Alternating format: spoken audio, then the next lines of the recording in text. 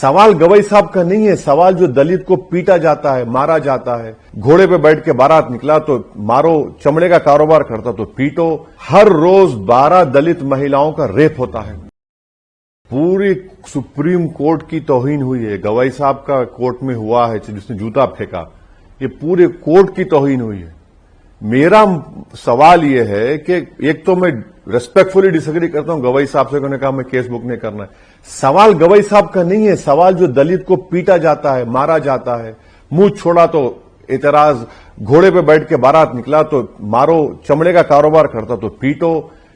سر NCRB کا data دیکھیے آپ، 2023 کا ڈیٹا ابھی آیا، ہر روز 12 دلت مہیلاؤں کا ریپ ہوتا ہے. اتر پردیش میں سب سے زیادہ دلت پہ افینسز ہوا ہے، 15,000 کے قریب. اور دلی پولیس جو کیندر سرکار کے تحت کیوں کیس نہیں بک کر رہے آپ؟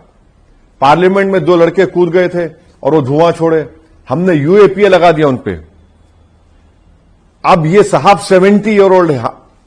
ریڈیکلائزیشن کا جو آرگومنٹ ہے کہ نوجوان ریڈیکلائز ہوتے، ارے بھائی 70 ایئرز کا آدمی ریڈیکلائز کیسے ہو گیا بتائیے؟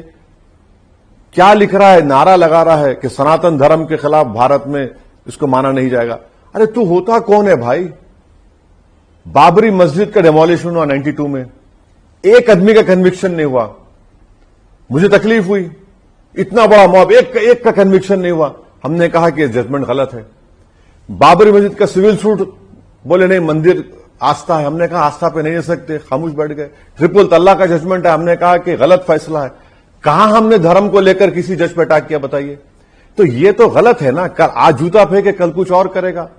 اور جو رانگ میسج جو سرکار سمجھ نہیں ہے، جو نہیں جو رانگ میسج پورے دیش میں گیا ہے کہ بھائی چیف جسٹس آف انڈیا کے کورٹ میں کوئی جوتا اٹھا کر پھینکتا ہے اور اس طرح کا بکواس نعرہ لگاتا ہے، اور ایک میوٹیڈ ریسپانس گورنمنٹ سے آ رہا، بالکل ٹھنڈا ریسپانس. ارے کیا اپوز کیا بھائی؟ کتنی دیر کے بعد کیا بولیے؟ آپ ٹائم لائن نکال لیجیے کتنی دیر کے بعد. ارے نہیں کوئی ہائیسٹ لیول پہ ہوتا تو دلی پولیس کیا کر رہی ہے بتائیے آپ؟ اچھا اگر اس کا نام کشور نہیں ہوتا، اسد ہوتا تو کیا کرتے اب تک؟ نہیں یہ فیکٹ. نوین صاحب آپ نہیں بولنا چاہ رہے مگر فیکٹ ہے. بالکل نہیں بالکل، ارے بالکل فیکٹ ہے سر، بالکل فیکٹ ہے، بالکل فیکٹ ہے. یہ کاسٹزم ہے، یہ کمیونلزم ہے.